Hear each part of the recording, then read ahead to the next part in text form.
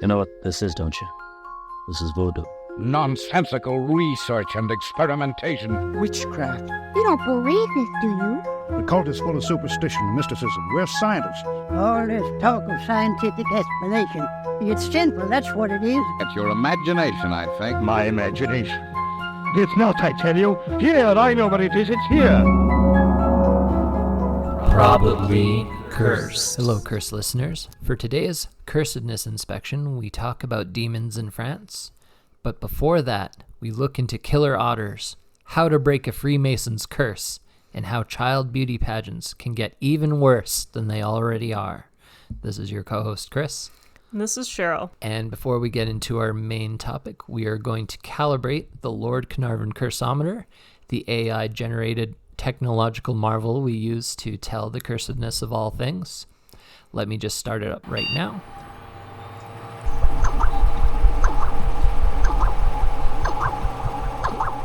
And we will feed it 3 stories from recent news in order to calibrate the machine. I'll read to it the first story. So the first story is titled, Jogger Mauled by Otters. This is written by Ben Kost on September 11th for the New York Post. A woman was left bloody and crying after getting attacked by a gang of otters in Malaysia. The woman had been jogging through Tanjung Aru Recreation Park in Sabah when the pack of 8 otters attacked her. She was transported to a hospital while a wildlife team was dispatched to the park to keep tabs on the otters. Investigations found that the otters, which reportedly lived nearby, had entered the park to forage for food in the pond, according to Sabah Wildlife Department Director Roland Oliver Nguyen. They interviewed the otters. That's how they figured it out. I hope so. I hope so, too. Just a bunch of growling and hissing. The otters had visited the park before without incident, and that the attack was likely due to a change in behavior caused by visitors feeding them. Cheryl's shaking her head. People, stop feeding wildlife. I don't care how cute they are. Do not feed wildlife. Only feed your pets and your livestock. Wildlife officials plan to reinforce the fence around the park and monitor the area to attempt to prevent future attacks. Meanwhile, the public has been urged to avoid going near the fences or interacting with wildlife. Stop feeding the otters. People are dying or getting mauled. I think it's too late to prevent interacting with wildlife, but... It's not the first time someone has been targeted by otters, which are in the same family as honey badgers and wolverines, both also unfriendly animals. Yes. In 2021, a Singapore victim was hospitalized after a pack of otters reportedly bit him 26 times in 10 seconds. They have very, very sharp teeth. Very sharp teeth. They almost look like cat teeth. Yes. The victim said, I actually thought I was going to die. They were going to kill me. If they thought that they were going to get snacks, they probably would have. Imagine how dumb you'd feel in that moment that you're about to be killed by otters. I think the one thing in that moment when there's a whole bunch of otters crawling all over you is that people don't think, start fighting back. Otters are small. I know you don't want to harm them because they're cute and cuddly, but quite frankly, if they're trying to eat your face... It's true. You are allowed to hit an otter Yes. when they're trying to eat you. Like, just don't... This kind of reminds me, there's a series of pulp paperback magazines from the 50s called Man's Life. In almost every cover, it's a man trying to rescue a woman while he's being assaulted by animals of some type or another. Form. One of them, it's like a guy being covered in like little biting turtles that are maybe like the size of a coffee saucer. So he's like got 9 or 10 turtles crawling all over him and he's yanking them off and he's got like little cuts and blood all over him. It's hilarious. Yeah, just if you ever find yourself attacked by an otter or otters, start fighting back. Best you can. Stop, drop, and roll. Yeah. On those otters. Yep. All right. That is the first story entered into the Cursometer. Cheryl will enter the second news story. All right. Second news story. Man claims he attacked strangers in Palyup to break Freemason curse on his family. This is by AJ Janaval on September 11th for Fox 13 Seattle. A man who investigators say was armed to the teeth with a hatchet, machete, and hammer told the police he was looking for strangers to stab to break a Freemason's curse on his family. Is that like you talk to a psychic and they're like, how do I break the curse? And like, you just gotta stab someone. It doesn't matter who. Is this like, I mean, it's either like that or it's like Sydney's whole thing where she thought you guys had a curse. Your family was cursed because of watching the movie Holes. So it's, either way, it's bizarre. If you want to learn that backstory, listen to our other podcast, the I Went Outside Today podcast. Or what was our other podcasts now? It still lives on the internet. Yeah. According to court documents, Durano stalked the Riverwalk Trail in Puyallup looking for someone to stab. Durano told police the only way to break the Freemason's curse on his family was to point the sharp end of a blade at a person. Court documents say that Durano threatened and lunged at 2 different people with a machete. Sorry, I gotta stab you to break a curse with my family. Here. Yeah, but if all he has to do is point the sharp end of the blade at someone, he doesn't have to stab anyone. It's true. Anyway, semantics. How deep does it have to be called a stab? Like, could you call a friend over and just push it? Yeah. So you get a little bit of blood. Yeah. But it's like a machete. Does that count as a stab? Yeah. I don't know. I think so. If I did that to my sisters when I was a kid, they would have told my mom that I stabbed them. 100%. Even if it was just a little dot. Yeah. I mean, if someone stabs you with a pencil, you call that being stabbed with a pencil, even if it only goes in just the length of the lead.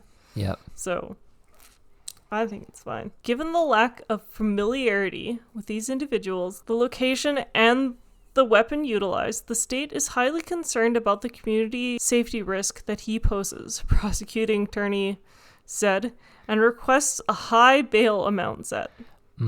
Cameras captured Durango using sign language to spell out the word hostage. Despite Durano's seemingly delusional statements at the time of his arrest, investigators reported that he had enough knowledge to know how to run and hide from the police. This was not Durano's first time trying to escape law enforcement this summer. Really? Wow, what is he doing with his life? He's having a hot Durano summer. I guess.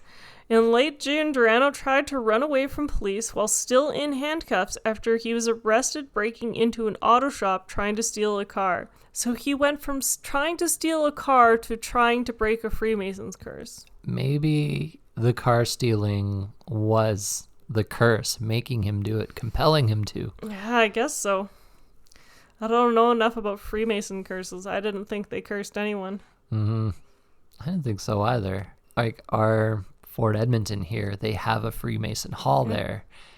And when I went, there was an actual Freemason who guided me and our friend Ivan around and told us all about it. And he's like, we're kind of like the stonecutters from The Simpsons.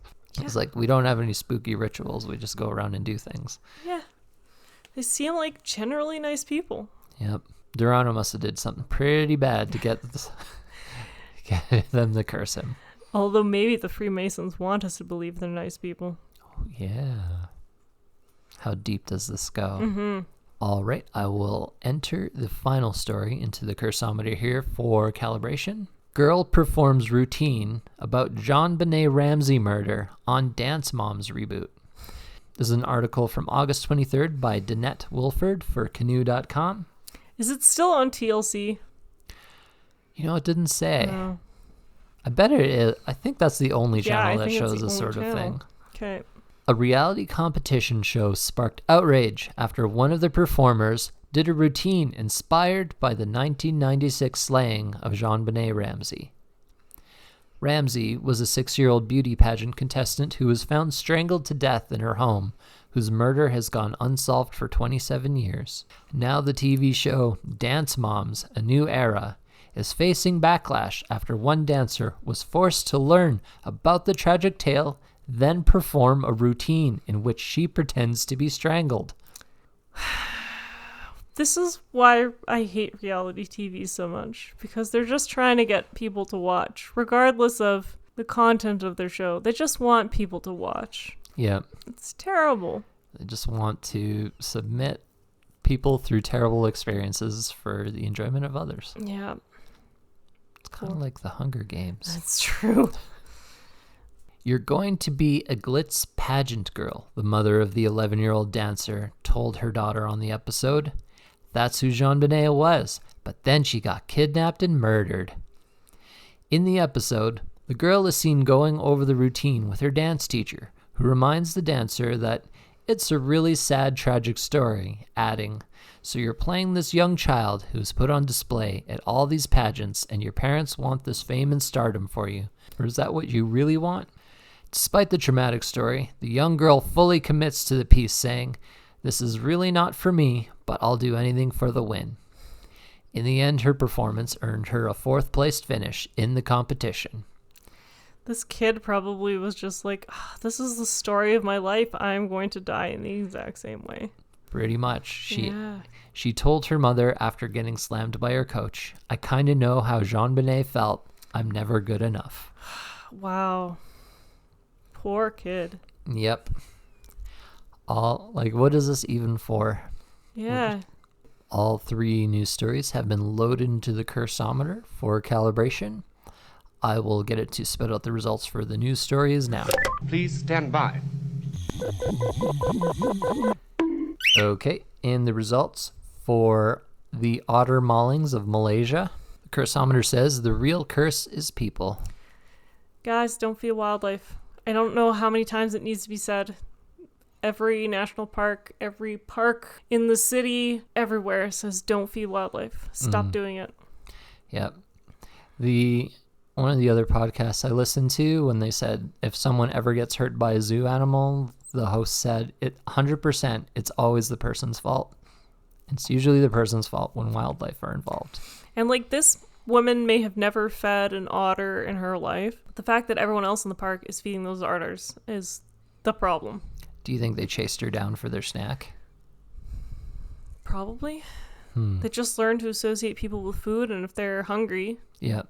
they're going to go find someone. They're going to go after the next tall, 2-legged thing they see because all humans look alike when you're an otter. Yeah. And I mean, remember when we were in Kingston and those seagulls were just screaming at us and getting closer and closer? If you're afraid of a bird and then you throw a fry at it to make it go away, it's just going to learn. It comes up to you and it screams at you and it makes a lot of commotion and you give it fries. Also, seagull related when we were in Whitby and they had a sign to look out for seagull attacks. I found that on my photos the other day. It's a good time.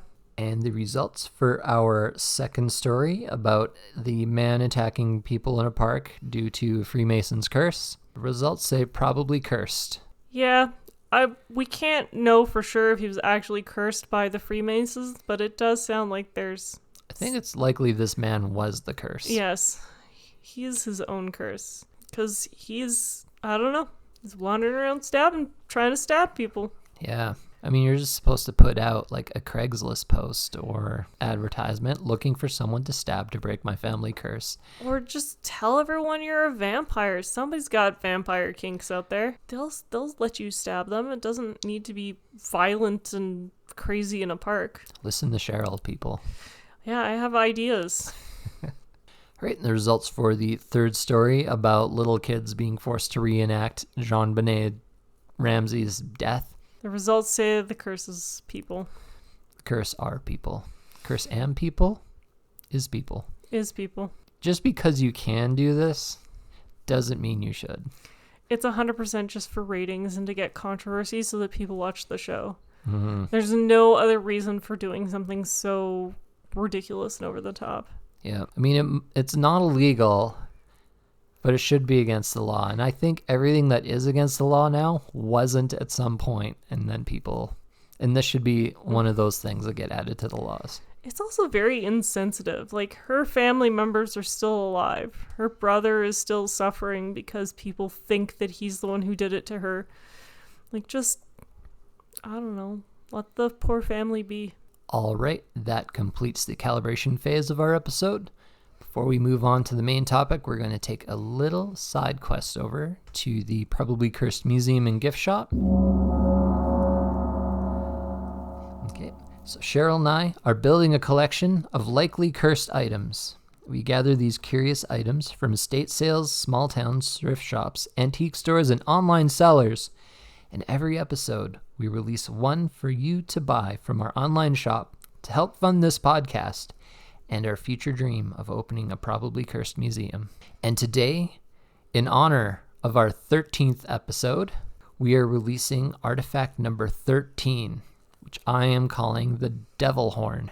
It is not a horn cleaved from the devil himself, although that would be really, really cool, but carved from some sort of animal horn and mounted on a wooden stand. I think it's like maybe a cow horn or goat horn. I don't even know if it's a horn. It might just be a hollowed out bone.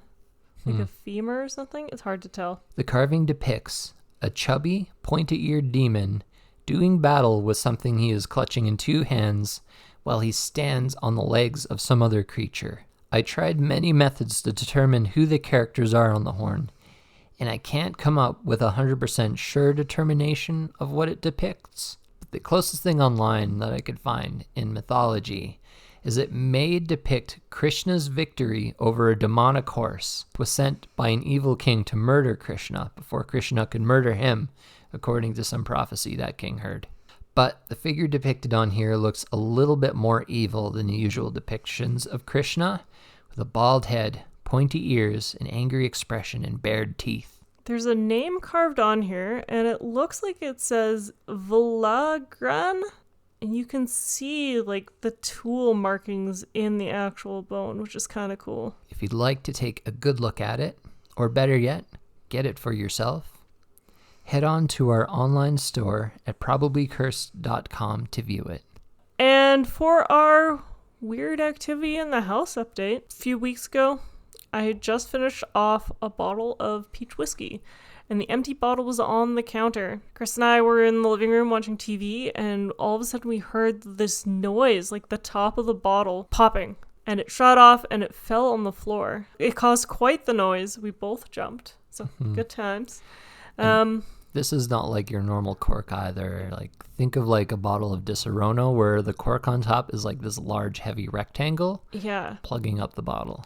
So, and again, the bottle was empty. Like, there's nothing in there. I don't remember it being a particularly hot day, although we have been having some hot weather, but there wasn't really anything in there that I think could have pushed it out that much. Yeah. So it likely means we still have something haunted in our collection. We haven't sold the haunted item yet, so. Likely an alcoholic ghost. Yes. It was opening a bottle. True.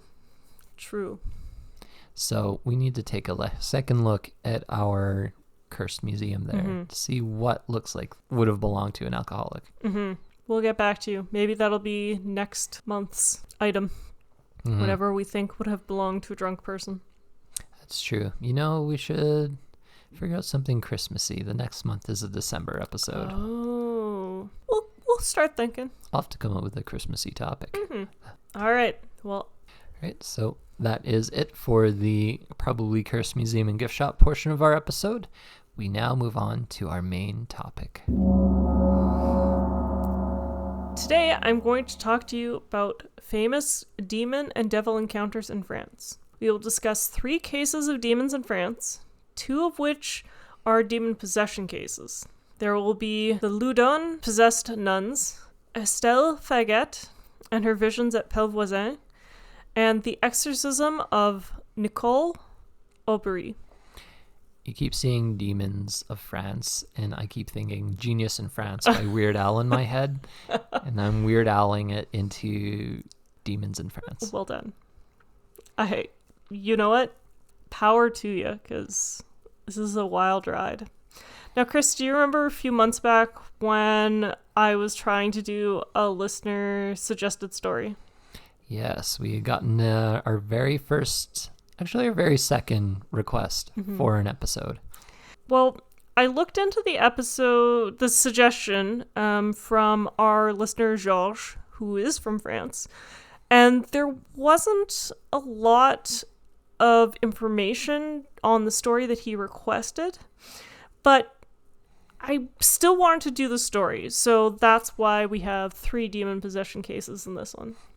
Sometimes we come up with a topic that is a little bit thin that we still want to do. Yeah. But we gotta we got to pad it a little. So I'm going to start the episode with a bit of a disclaimer.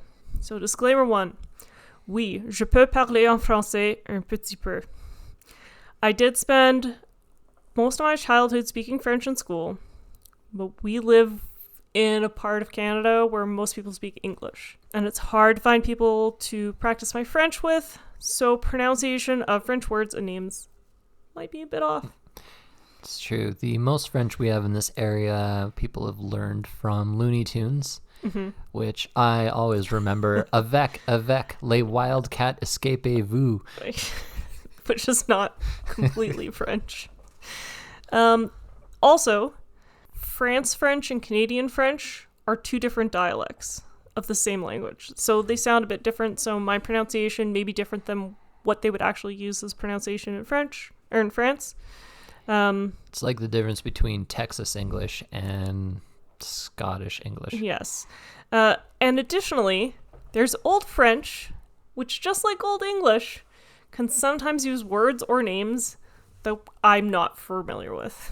Just because when would I use Old French ever? Alors, s'il vous plaît, soyez patient avec nous. We are trying our best. And for our English speakers, all I said is please be patient with us. Well done. Thank you. I'm going to do these stories in reverse chronological order because the stories get wilder as we go. As mentioned before, this is the first episode we've had as a result of listener suggestion. Georges sent us 2 suggestions, and I hope to look at the other suggestion for a later episode, but today's, I want to tell you the story of Estelle Faguet. And yes, that is how you pronounce her name. I checked. Which brings me to disclaimer 2. Yes, Faguet may sound like an offensive word to some people, but it is her last name, and I am using the correct pronunciation. You're allowed to call people that if it's their name. If it's their name. Fagot is a French word for a bundle of sticks. Faguet is military slang for a small bundle. At least that's what I found when I looked on La Langue Française website. It can be used as a derogatory term, and I will acknowledge that, but it wasn't used that way until 1914. Estelle lived in the 1800s, which, to be honest, would be a terrible thing to have happen. Like, imagine waking up one day and suddenly your last name is an offensive term. Yeah. I bet every Karen can relate. Yes. Every good Karen. Just, it's a terrible thing to happen. Every bad Karen, you knew this was coming. Now on to our story. So Estelle was born on the 12th of September, 1843, in Saint-Mémy, France. As a child, Estelle was quite religious. She wanted to devote herself to God. She came from a religious family, and when she was hospitalized at the age of 15, she decided she wanted to become a nun. During her stay at the hospital, she was sick several times, and it was apparently also poisoned. The article I found mentioned that she was poisoned as like a bit of a passing remark, so I don't have more details. Oh, so it didn't say if it was malpractice or, what do they call it when a nurse or doctor is killing their patients? Like an angel of death. Yeah. Assisted suicide? I'm not sure. But no, like, involuntary suicide or something. Like when they want you to die. I can't remember. Please comment if you remember what the term is called for when an evil doctor tries to murder you.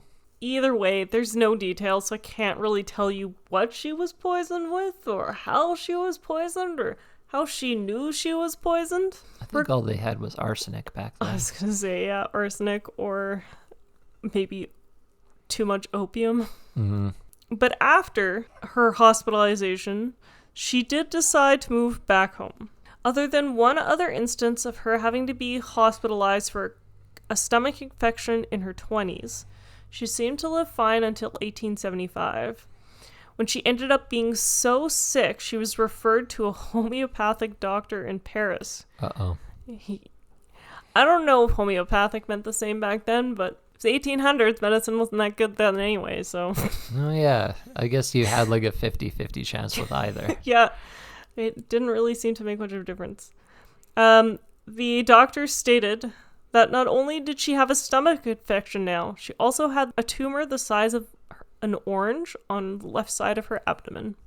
Well, no. He told Estelle that she would no longer be able to work, but she didn't like that idea and she returned to work anyway. I know people like that. It's true. That place would fall apart without me. I'm going in. In January of 1876,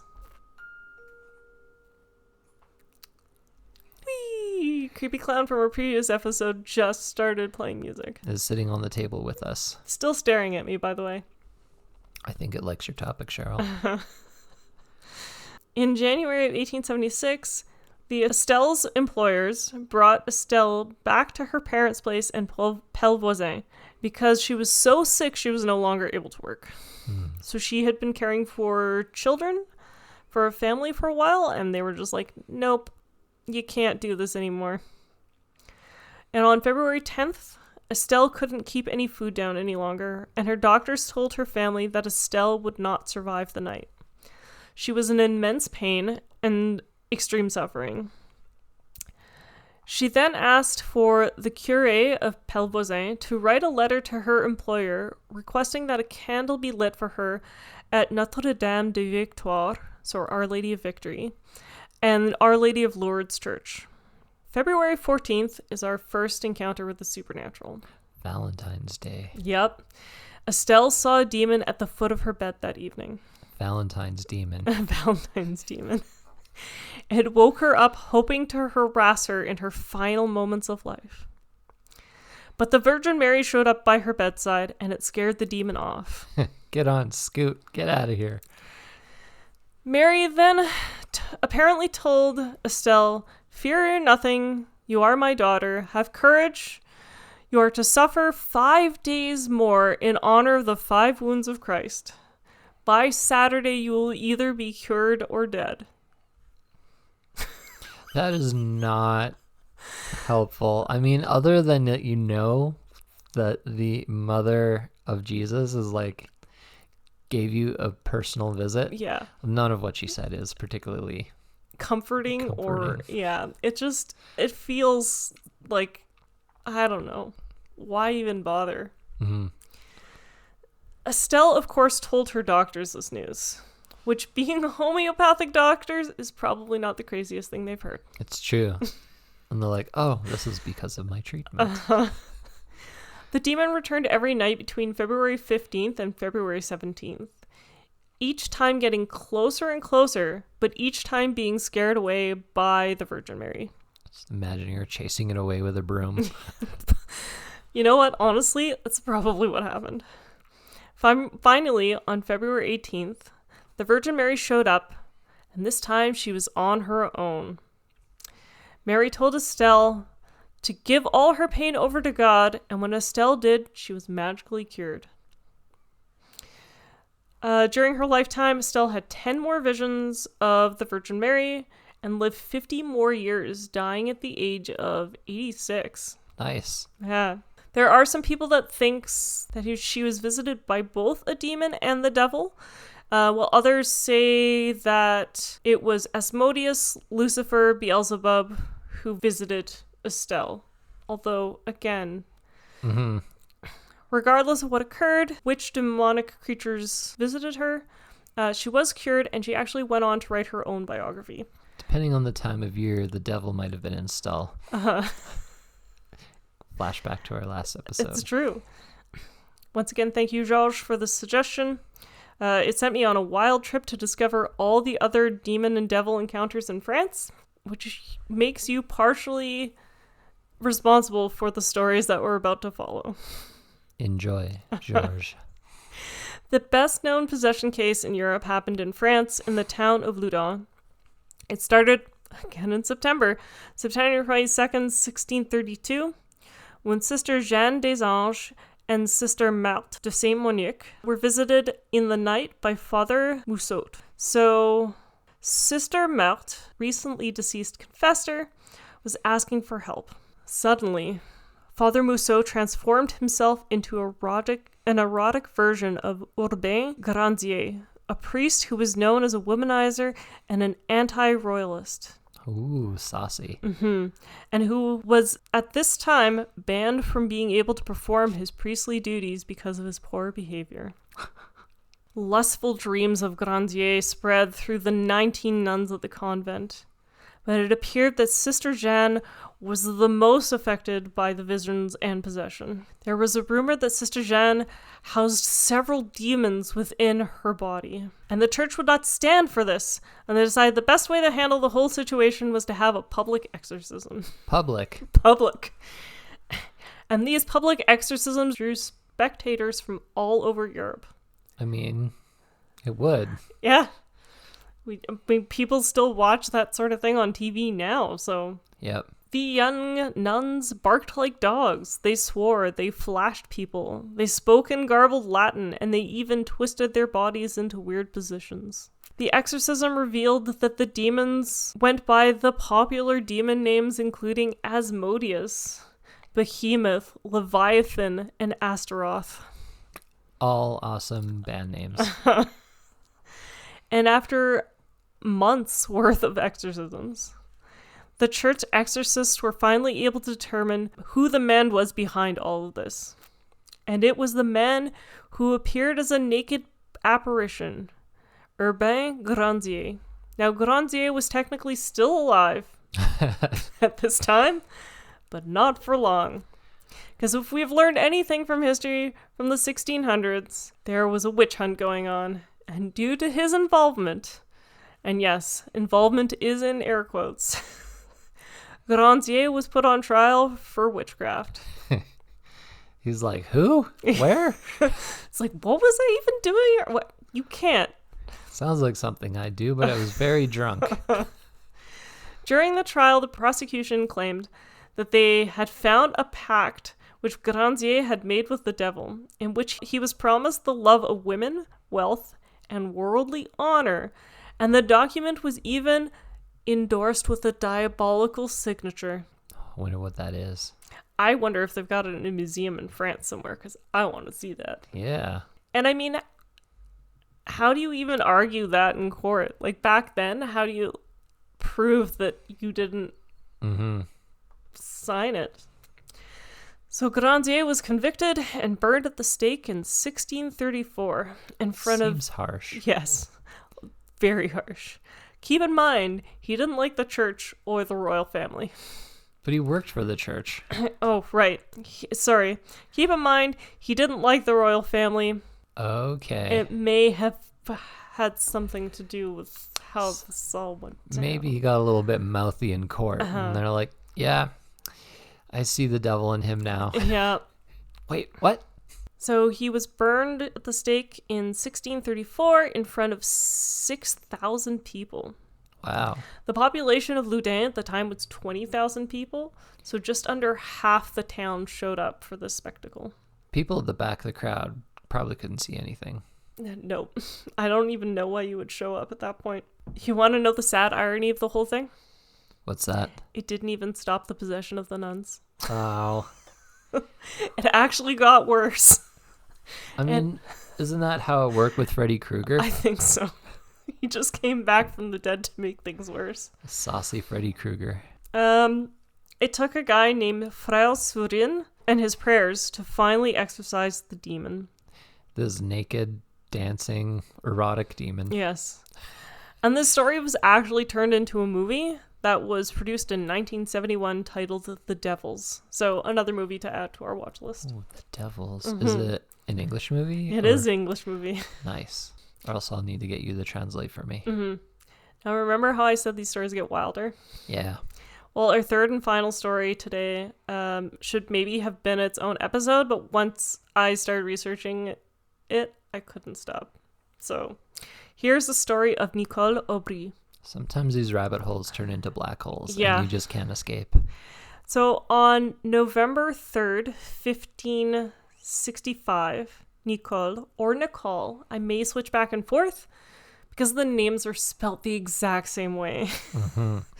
A 16-year-old recently married woman encountered a spirit or demon in Picardy, France. Nicole was described as a pretty pious girl who wasn't that intelligent. She's religious, but not that bright. But Yeah. luckily she got married by the time she was 16, before she was too old at 17. And she was pretty. Keep in mind, she was pretty. Nicole stated that she had stopped at the church that was adjacent to the cemetery where her grandfather had been buried. And that evening while praying, the ghost of her grandfather showed up and told her that he was stuck in purgatory because he had died before confessing his sins. So his family needed to help him.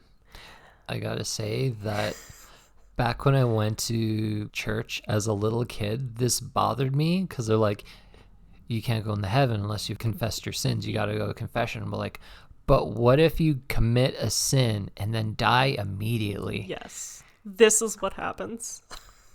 This is why I stopped going to church. And then I felt immediately better about everything in my life. Well, she may have been able to do the same thing had she not believed in this as well. So the family had to go on a series of pilgrimages for him, including visiting churches in France and one in Spain so that they could pray for his trapped soul. Now, keep in mind, this is all coming from Nicole, so it kind of sounds like she just wanted to travel around Europe for a bit. She's 16, she just got married, like... It's like, oh, now he needs to be in Hawaii. Like, I don't know. I have no complaints. And for the first little while, Nicole's family visited each of the churches in France. No issue. But they refused, for whatever reason, to visit Santiago de Compostela in Spain. It does not say why. Because it was in Spain? I guess. Maybe they couldn't afford to go. I think this was back when white people were racist against other white people. Well, because they failed to meet the request of Nicole's grandfather, Nicole started suffering from seizures. She told her family that her grandfather's spirit had threatened to make her mute, deaf, and blind unless his request for prayers were fulfilled. Jeez, Grandpa. Now, as most pious families would have done in the 1500s with this type of information, the Aubry family consulted with their local priest. And the priest told them he was certain it wasn't actually the spirit of Nicole's deceased grandfather, but actually an angel or a devil. Could be either one. 50-50. At the very least, it didn't sound like he was going to blow her whole story about we need to go to all these places right away. Yeah. So the priest decided to interrogate the angel demon, which he now believed was inhabiting Nicole's body, and eventually determined it couldn't be an angel because angels weren't in the habit of tormenting people. We can get into Bible stories, but I can think of a couple where angels made a lot of people's lives suddenly worse. Yes. This led the priest to one conclusion, however. Nicole herself must have been possessed by the devil. He then requested the diocese, which is kind of like the state or provincial office for the Catholic Church. That's what the diocese is. So this is like the state trooper of Catholicism. Yeah, kind of. They requested they send over Friar Pierre de la Motte to examine Nicole immediately. Friar Pierre was able to confirm that Nicole was clearly possessed by the devil after conversing with the spirit in Latin, which caused the devil to reveal himself. That's how you always get the devil. That's right. Just gotta speak Latin all the time and then just wait to see people's reactions. Mm-hmm. However, it meant it was time to call in the bishop. The Bishop of Lannon began his first exorcism on November 27th, 1565 in Vervins. They quickly had to move from Vervins Cathedral to Lyon because more than 10,000 people showed up to watch this exorcism. Wow. Even though at the time, church manuals noted that exorcisms should not be a public event. Yeah, because wouldn't you be worried that when you flush out the demon, it's gonna go into the next available warm, cozy human? Yeah. You want to know why they made it a public event? Why's that? Because the devil himself forbid the exorcism to be a private event. So they're just gonna do whatever the devil forbids them? I guess so. The devil threatened that he would never leave Nicole's body if the exorcism was not public so that all the people could witness God's benevolence. This sounds like the devil lying. This sounds like church propaganda. Oh, yeah, the other devil. I also put in my notes that it kind of starts to sound like the beginning of televangelism. Nicole was put on stage so that people could witness the event, and she was carried on procession through the city streets twice a day. For 2 months, Nicole's convulsions and paralysis only went away when she was fed the Eucharist. So this is like a marketing guy in the church. It's like, no, wait, we can parade her through town twice a week. Yeah.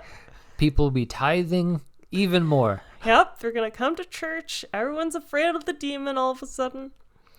From her bed at the altar at the Cathedral of Lyon, Nicole spoke in Flemish, German, French, and Latin, but always answered the bishop's questions in French or Flemish. She spoke in a gruff, frightening voice and revealed people's secrets and sins, calling them to confess for their wrongdoings. This poor child sounds like she was like a puppet for the church. For this demonic battle, the weapon of choice against the devil was the Eucharist. So for those of you who don't know, the tiny little wafer that the That's the little cracker. Yeah, the little cracker, supposed to be the symbol of the body of Christ, etc. So as a weapon, they cut off the side so it turned into a little Death Star, and they would throw it at her. I wish. That would be epic.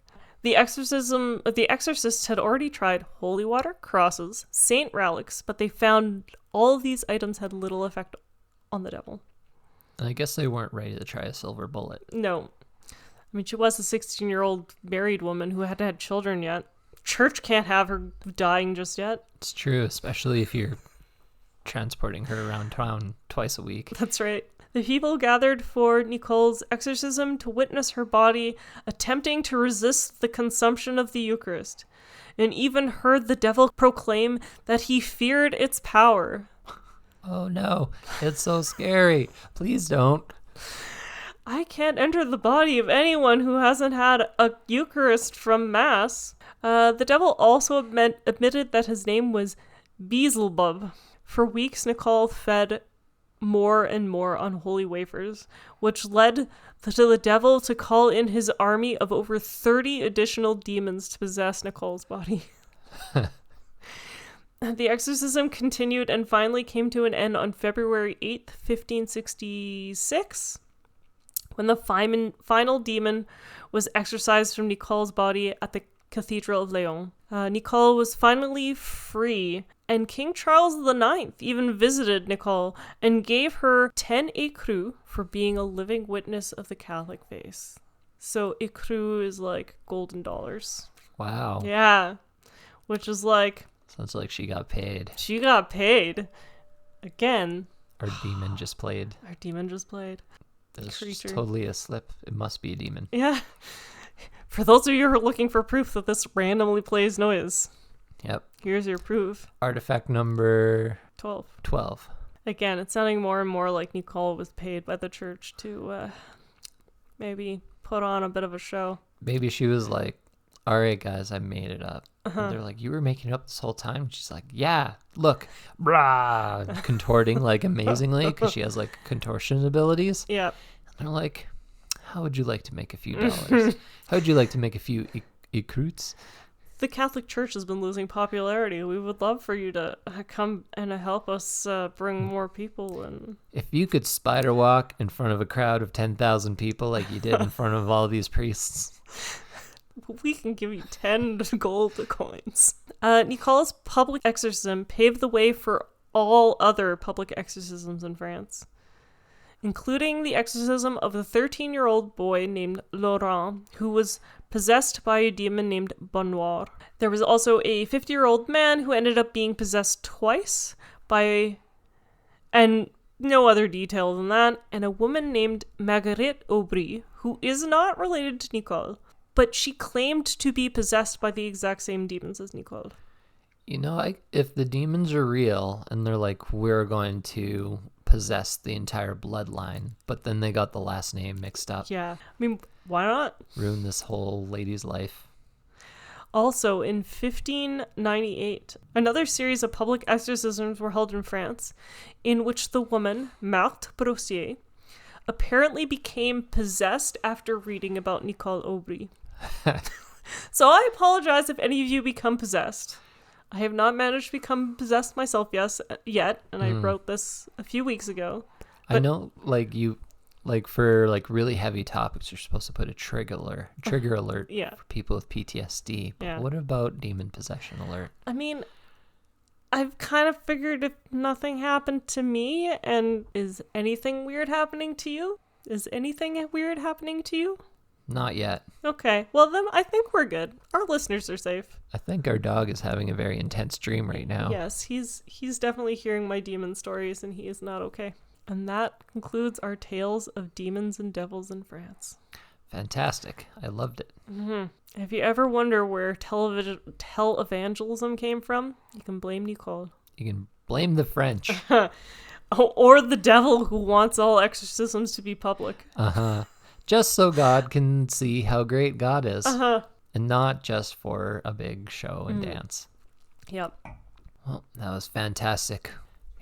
We will take Cheryl's topic of the 3 different demonic possession stories of France and load it into the cursometer now and get it to tell us the results of how cursed they are. Please stand by. So for the story of Estelle, the cursometer says probably blessed. Probably blessed. Yeah, I mean, she got cured of all of her diseases.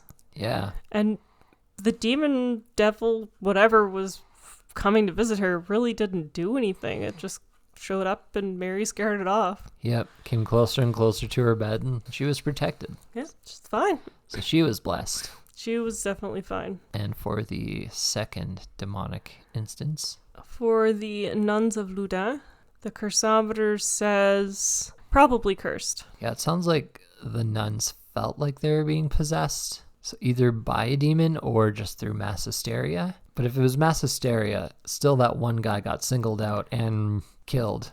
And basically for no reason, because it didn't even stop the possession. Yeah. Just because he was just the most erotic priest ever. Yeah, just because he wanted the ladies. And there was no proof that he had signed a contract with the devil. I mean, yeah, they had a contract, but come on. Why would the devil leave that lying around? You'd think he would have a filing cabinet of hell. Yeah. All right, and for the third demonic story that you had brought up. So for the story of Nicole Aubry, the cursometer says the curse is people. It sounds a little too theatrical to not just be some exploitive method by priests. Yeah, I agree. It seems like something that they're like, oh, you know what made a whole bunch of people come to the church? The last calamity. Let's make a new calamity. I mean, how many other people who went through an exorcism got a payday? Yeah. Very suspicious.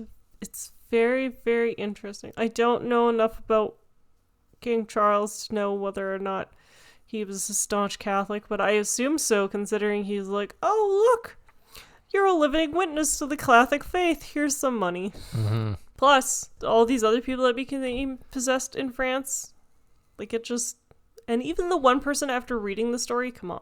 Yep. Pure theatrics.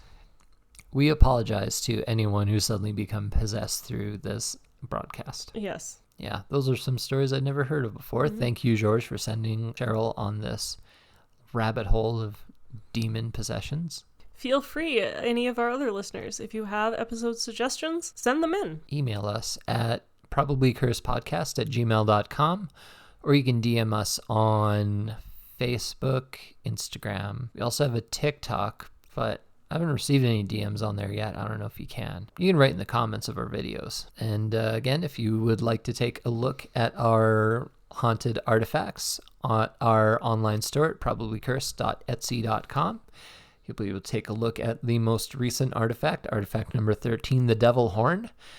Or you can also take a look at artifact number 12, the Jack-in-the-Box that seems to activate at completely random times, even during this episode. Yep. And take some home for yourself. Or, if you have a cursed artifact, get in touch with us. If you would like to be rid of it, you can send it to us, and we will gladly take it into our home.